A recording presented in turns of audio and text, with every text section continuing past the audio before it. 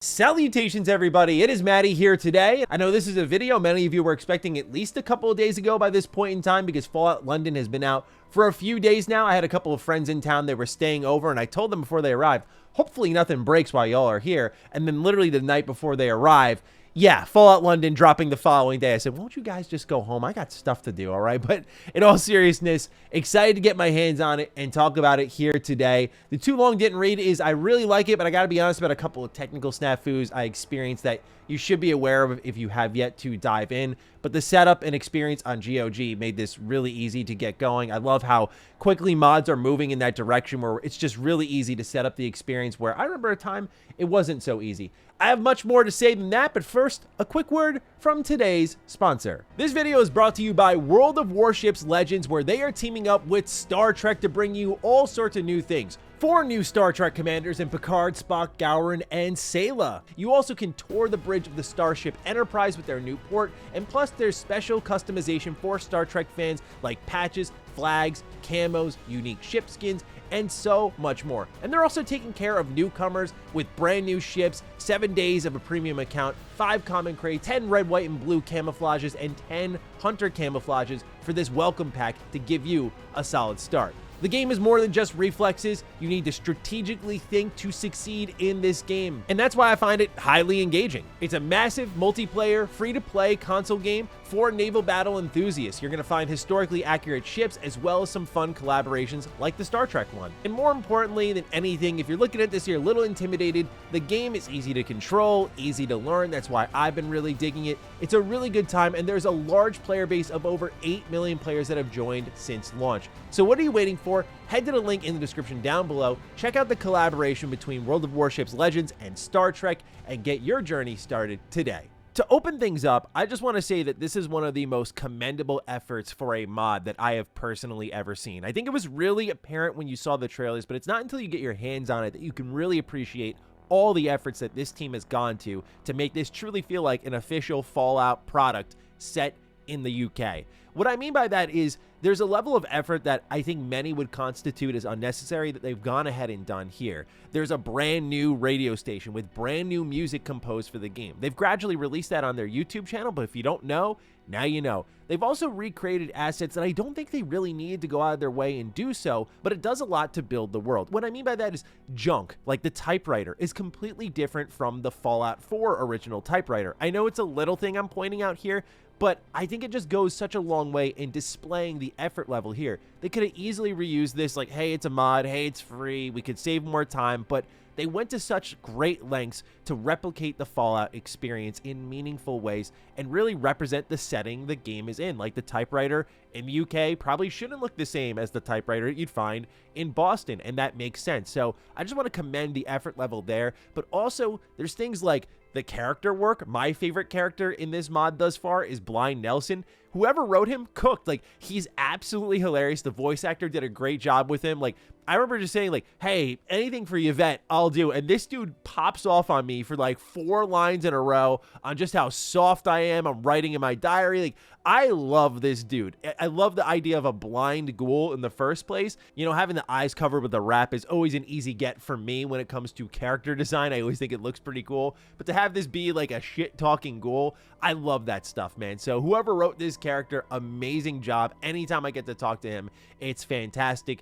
So the world, the environment, the characters that live within it are really great, and you'll find a lot of new stuff here. I mean, the effort level is commendable even on an animation level. I'll show a little bit later with a butterfly knife that I got my hands on, but even the way you put away weapons, take them out, how they reload, the feel here is just, again, downright unbelievable how far they went to make this feel authentic and new. And so I can only hope that Bethesda Game Studios is taking note of this mod and that they are looking to poach as many members from the team as possible, because what they've done here is created what I think is an authentic Fallout experience that many people, myself included, really never thought would work. In that Fallout Beyond the US, yeah, not really my favorite thing, but this is the proof in the pudding, man. It works, and it works damn well. Okay, so buyer beware. Well, it's free, so downloader beware. When you set up Fallout London,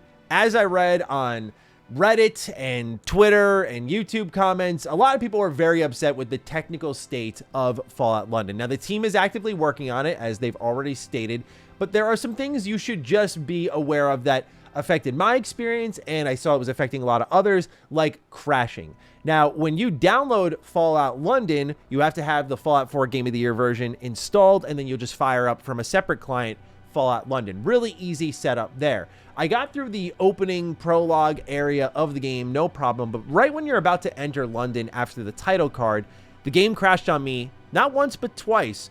And when it happened the second time, I immediately DM'd Locke, who is my editor over on Retro Rewind. He also hosts a bunch of shows with me over there. And he told me he had the same thing and that he had to install a mod called Buffout 4, which is what a lot of people were installing for this mod in particular. But I also read that members of the team were saying just reload to an older save before you actually enter London itself and go through a little bit of the prologue again, and then it'll work fine. So I did that because I wanted to avoid installing any more mods, and it actually worked. I got into the opening cutscene of the main story, if you will, and then the game crashed on me again. So I went ahead, installed Buffout 4, and crashes were a thing of the past. Now, I know a lot of people are really upset about this. I try to consider both sides of the fence. I know we want a nice, smooth, easy experience. I know that there's a level of polish expected even with free stuff, but at the end of the day, it's a free mod. A lot of effort went into this, as I'll highlight in this video. I'm not going to complain and moan too much about installing a mod for a mod. I'm already like halfway there at this point in time. So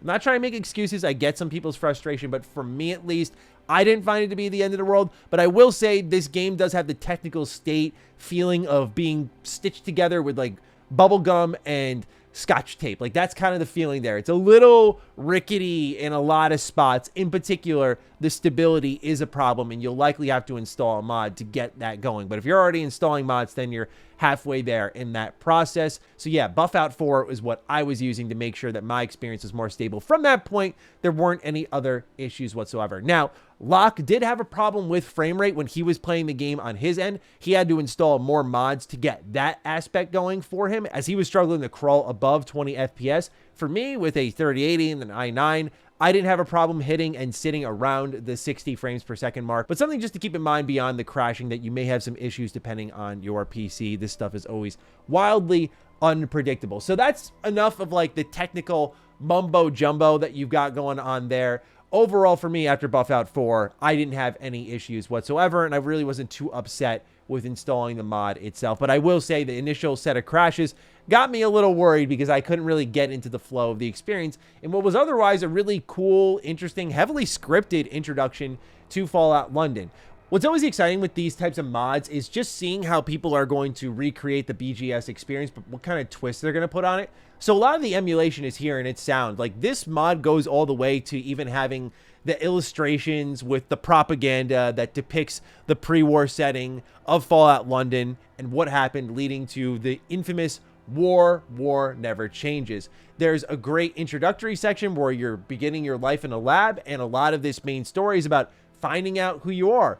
The mod is fully voiced from top to bottom, and a lot of the voice work is great. I'll admit, a lot of the microphone quality is inconsistent, but again, it's modding and it's free, so I'm not going to nitpick too hard at a difference in audio quality from mic to mic, but it's something that you will hear and you will notice. The other thing you will notice on an audio front that I think is a little more questionable is there's directional audio, is I believe what it would be called in Fallout London. So if I'm looking at someone, it's when I can hear them the most. If I'm right next to them, but I turn my back to them, I will hear them less. And I found that really strange. So anyone who's talking, you have to like look right at them to get like the full sound of them speaking. Otherwise, though, when you look away slightly, so when two characters are talking back and forth, I'm just always trying to center the camera on them or find out who's talking, because it was bugging the heck out of me when I was only hearing them like slightly out of one ear or more in one ear than the other. So yeah, just another technical thing to be aware of.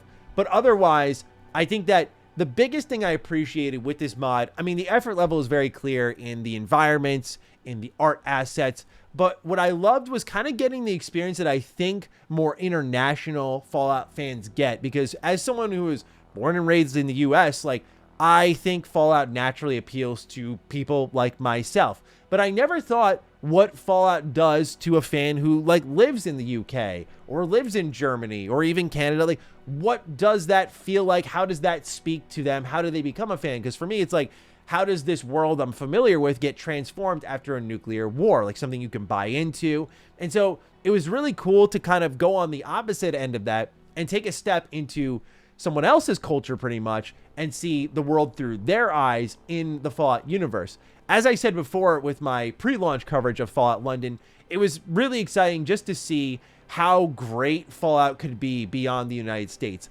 And now to get that more intimate experience of just seeing all the creativity come to life, like all these popular landmarks that you'd find in London and how they've been transformed after the Great War. Like, to me, that's the hook. That's the gift that keeps on giving in Fallout. Like, many people go, what's your favorite character in Fallout, Matty? Of course I have my answers, but I always say it's the world. Like, I am more interested in Fallout's world than any single character in this series by far, because I like to see what these individuals do with the world that they've been given. Do they try to bring back good? Do they try to restore hope? I love that fear of manipulation in this world. So to see that through more international lens, from my point of view, was really cool. And so that was like the hook for Fallout London to me. I mean, the art assets really speak for themselves. They dove into Protect and Survive, which was an actual like nuclear manual / warning system that was built into the UK culture way back when. And so they swapped everything out. Like, instead of the Vault Boy, it is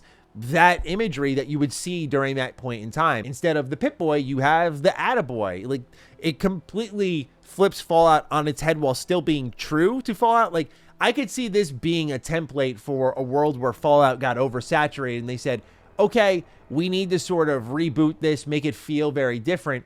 And step one of that is like changing the names to all of the same things. So the Pip-Boy and the Attaboy function roughly the same, but honestly, like, the just feel of this world is captured so well artistically that it adds a lot to it.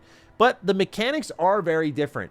Right away, built into this mod, you already have the dialogue scroll wheel, which I think is great compared to the face buttons that you typically find in Fallout 4. Your protagonist naturally is not voiced at all. They did change the voice acting work for like when your character gets hit. I don't want to nitpick too hard on this either, but I don't know if I'm just really used to Brian Delaney's performance as the male sole survivor, but I don't like how the new one sounds when he gets hit. No offense to the voice actor who did the performance for that, but it just doesn't really jive with me too much. But because the dialogue's different, there's a lot of skill checks. Like, right away, you can start to get unique items or solutions to quests based on where your special stats are. When you level up, you can add points into your special stats, or you can spend them on perk points. So they've reworked the leveling system as well as just changing the art out. So it's not just a fresh coat of paint, but it feels like a more traditional Fallout experience in mechanics, while visually being a very untraditional Fallout experience.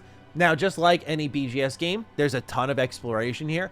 I will say some environments are more rewarding than others. Some gave me a feeling of Fallout 76, and I don't mean that in a bad way. I mean more so there were areas that I went to explore, and there was a door that was inaccessible. Oh, I can't go there yet. Okay, moving on. And I found a quest that brought me back there. Bethesda Game Studios themselves bumps into this issue from time to time when you go off the beaten path of their more smaller experiences.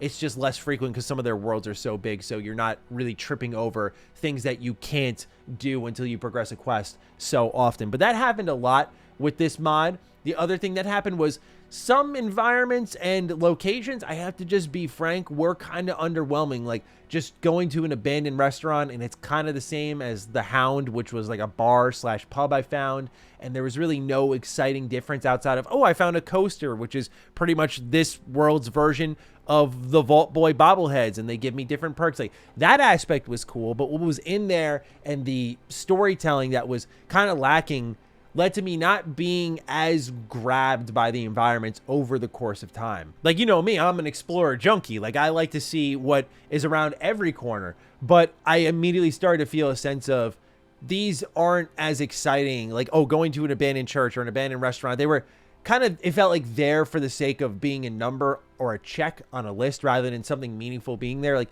some locations were even devoid of notes, for example, or terminal logs. And I found that to, again, be a little disappointing because those are what add the flavor to these environments. It's not just about like checking a box and you're here and okay, cool, we did a location. It's about what's within it. They all look great, don't get me wrong, but just sometimes they do feel a little lacking, and others are walled off for quests. So sometimes you feel like you're better off just mainlining the game and doing the faction quests and then going from there with what else is left on the map that you didn't hit by that point in time. But it definitely has really good map design. Like that BGS flow is very strong. As I go from point A to point B, I get distracted a million times in what I think are like really healthy, organic ways. Not like Ubisoft games where they're flagging you down every 2 seconds with like a new pop-up, but just naturally seeing something in the distance and going, hey, what's that? And checking it out. So yeah, I really like the exploration. Sometimes I think the locations are a little underwhelming, but otherwise the changes in weapons and animation are great. Like one of the first weapons I got was this switchblade, and you can just twirl this thing around your hands. Some of the new weapons are really, really cool in this. Like I got a full-on longsword that I can use a la Skyrim, and that was really cool to have in the Fallout world, just cutting people down with like a two-handed broadsword. So I don't know, the weapons and the armor here are really cool. Some of the outfits you get are very cool, very posh, which I appreciated too. So yeah, the whole feel of the game is completely different. So if you just want to like dunk back into the world of Fallout and get just a completely different feel, you're going to find that here with Fallout London. Like it's absolutely tremendous in that aspect. Now the story of this is also pretty interesting out the gate. Of course, I haven't finished it yet, so just keep that in mind. But what happens is, as I mentioned earlier, you start this all off in a lab and you're not really sure why you were there. Were you like born here? What brought you here? Like there's a lot of question marks. As you escape the lab, you have a lot of permanent debuffs attached to you. Like you by default take 10% extra damage and you have to see a doctor to go get that figured out. And that's kind of the main quest, if you will. Meanwhile, you also get brought into this gang storyline pretty immediately, sort of just telling you like, hey, we have these gangs that are warring. Do you want to join us, or do you want to go over to this village here and join them? It's kind of up to you. Take it or leave it. And so right away, the game slams you with a lot of content. Like it's really easy to immediately feel overwhelmed, but there's also that immediate feeling of, oh my God, I got my main story, I got my faction stories going on. Like there's a lot here. It's really well done. So from the voice work to the story design to the more classic Fallout feel, while artistically being very different from traditional Fallout games, like this mod has it going on. Are the technical issues frustrating? Yeah, I'm not going to sugarcoat it. There are definitely moments I was rolling my eyes like, oh my God, another crash. But once I got the mod installed in Buffout 4 and really just got the wheels spinning, it was a lot of fun. I mean, it was a really great time. I saw a lot of people rating this mod low because of some of the crashes, and I get it to an extent, but I feel like if we can't be understanding with a mod made in people's free time that is going out for free, then, you know, what can we do? What can we be reasonable about, right? It's like this feels like the thing we should just be understanding. Like, yeah, does it suck? Of course, but I feel like we can be understanding of it,